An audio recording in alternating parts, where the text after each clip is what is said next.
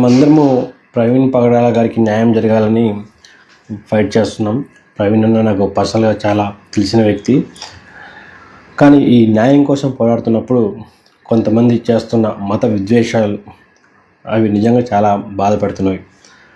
ముఖ్యంగా పాస్టర్ అజయ్ బాబు మేము కూడా చంపుతాము, మేము కూడా నరుకుతాము, మేము కూడా రాడ్స్తో తిరుగుతున్నాము, చేతులు నరుకుతాము, ఇలాంటి మాటలు అతను చెప్తున్నప్పుడు అతని పక్కన యూత్ చాలా చిన్న వయసు వాళ్ళు కూడా అరుస్తున్నారు. ఇలాంటి మాటలు చాలా డేంజర్. ఆ యూత్కి ఏమైనా అయితే ఎవరు బాధ్యులు?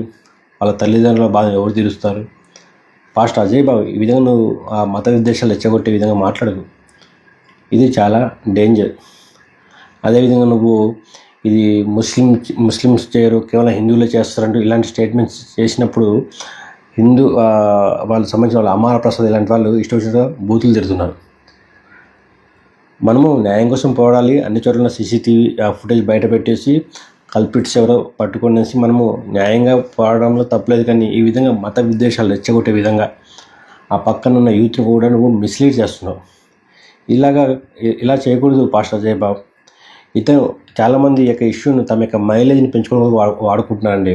ఈ పాస్టర్ అజయ్ బాబు లాస్ట్ టైం ఈ మణిపూర్ విషయంలో చాలా డబ్బు దోచుకునేసి వికేఆర్ అనే అతను ఎక్స్పోజ్ చేశాడు.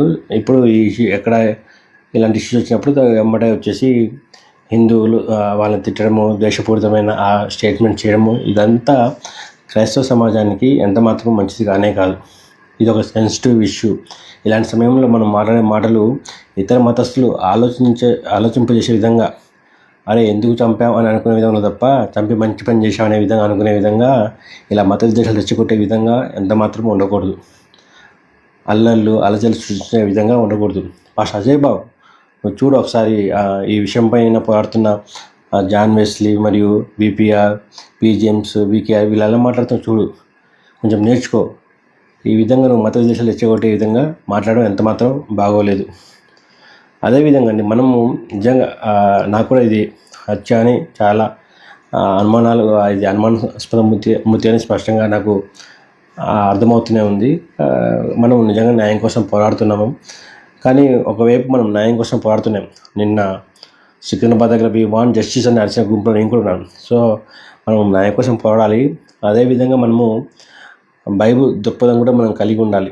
మనకి ఇక్కడ న్యాయం జరగవచ్చు, జరగకపోవచ్చు, అది దేవుడికి ఇష్టం, మన చేతిలో లేదు. మనం ప్రార్థన చేయాలి, అదేవిధంగా న్యాయం కోసం పోరాడాలి. దేవుడు మరి మొత్తం విషయాలు బయటికి తీసుకొస్తారా ఇక్కడ, లేదా మనకి ఖచ్చితంగా న్యాయపీఠం ఉంది. మనం అది ఎంత మాత్రం మర్చిపోకూడదు. మన ప్రభు ఈ లోకంలో అన్యాయ తీర్పు ఉంది. మన ప్రభు సింహాసనం దగ్గర ఉండి న్యాయమైన తీర్పు తీర్చబోతున్నాడు. రాసమైన ప్రతిదీ అక్కడ వెలుగులోకి వస్తుంది. ఇక్కడ తప్పించుకున్నా కానీ అక్కడ ఎంత మాత్రం తప్పించుకోరు. ఆ విషయం మనం ఎంత మాత్రమో మర్చిపోకూడదు. ఎందుకంటే ఇక్కడ ఉన్న ఈ యొక్క వ్యవస్థ చూసినప్పుడు మనం చూసిన ఒక రాష్ట్రంలో బాగా ధనవంతుడి కొడుకు ఆయన కార్ ర్యాష్గా డ్రైవ్ చేసి ఇద్దరు చంపాడు. అది సీసీటీవీ ఫుటేజ్లో స్పష్టంగా రికార్డ్ అయింది. కానీ జడ్జి ఆయనకి ఒక వ్యాసం ఎస్ఏ రాయి ఇలాంటి మిస్టేక్ ఇంకోసారి చేయనేసి ఆయన చేత వ్యాసం రాయించాడు. అలా ఉంది ఇక్కడ. మొన్న ఒక జడ్జి ఇంట్లో కోట్ల రూపాయలు తగలబడిపోతుంటే అతన్ని ట్రాన్స్ఫర్ చేశారు. సో ఇక్కడ న్యాయ వ్యవస్థ మీద అంత నమ్మకం లేదు. అక్కడక్కడ న్యాయంగా పనిచేసే అధికారులు ఉన్నప్పటికీ ఎక్కువ శాతము అమ్ముడుపోయే వాళ్ళు ఉన్నారు. కాబట్టి మనం ప్రార్థన చేయాలి. ప్రభా ఇందులో మాకు ఇక్కడ మేము తెలుసుకోవాలనుకుంటాం, నీ చిత్తమైతే మాకు ఇక్కడ బయలుపరచు, ఇది ఎలా జరిగిందో మాకు చాలా అనుమానాలు ఉన్నవి అని మనం ప్రార్థన చేయాలి. అదేవిధంగా మనము పోరాటం కూడా చేయాలి. మన వాయిస్ మనం వినిపించాలి. కానీ వినిపించేటప్పుడు మత విద్వేషాలు రెచ్చగొట్టే విధంగా కాకుండా, ఇది అన్యాయము, ఒక వ్యక్తిని చంపడం అన్యాయము, మత గ్రంథాలు విమర్శించుకోవడం అనేది, మీరు మా బైబిల్ కూడా చాలా ఇష్టం వచ్చినట్టుగా మాట్లాడారు. మరి మేము ఇట్లా దాడులు చేశామా, మిమ్మల్ని మేము రెస్పెక్ట్ చేశాం కదా, అదేవిధంగా మీ గ్రంథాలని మా వాళ్ళు చెప్పారు. కానీ ఇట్లా ఒకరినొకరు విమర్శించడం తప్ప, ఇట్లా ప్రాణాలు తీసుకోవడం అనేది చాలా తప్పు అని మన యొక్క కన్సర్న్ మనము రేజ్ చేయాలి. అలా కాకుండా మేము కూడా నరుకుతాం, చంపుతాం అంటే అది మంచి పద్ధతి కాదు. అది చాలామంది యూత్ మిస్లీడ్ అవుతారు. అజయ్ బాబు నువ్వు ఇట్లా వచ్చినట్టుగా రెచ్చగొట్టి ఆ విధంగా మాట్లాడితే చాలామంది యూత్ మిస్లీడ్ అయిపోయి వాళ్ళ ప్రాణాల మీదకి వస్తే వాళ్ళ తల్లిదండ్రులకు ఎవరు లెక్క చెప్తారు? కాబట్టి సహోదరులారా, మనం అందరం పోరాడదాం. న్యాయం కోసం మనం పోరాడదాము, మన వాయిస్ రైజ్ చేద్దాము, సీసీటీవీ ఫుటేజ్లన్నీ అడుగుతాము, ఎలా జరిగిందో మనం తెలుసుకుందాము, ప్రార్థన చేద్దాం.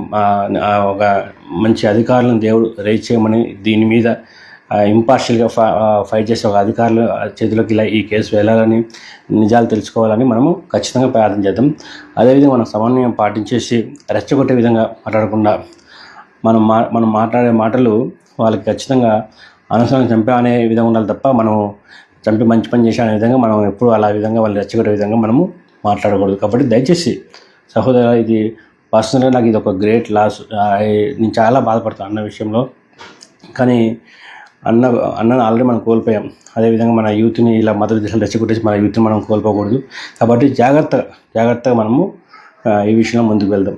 ప్రభు కృప మనకు అందరికీ తోడుగా ఉండాలని ఎంతగానో కోరుకుంటున్నాను.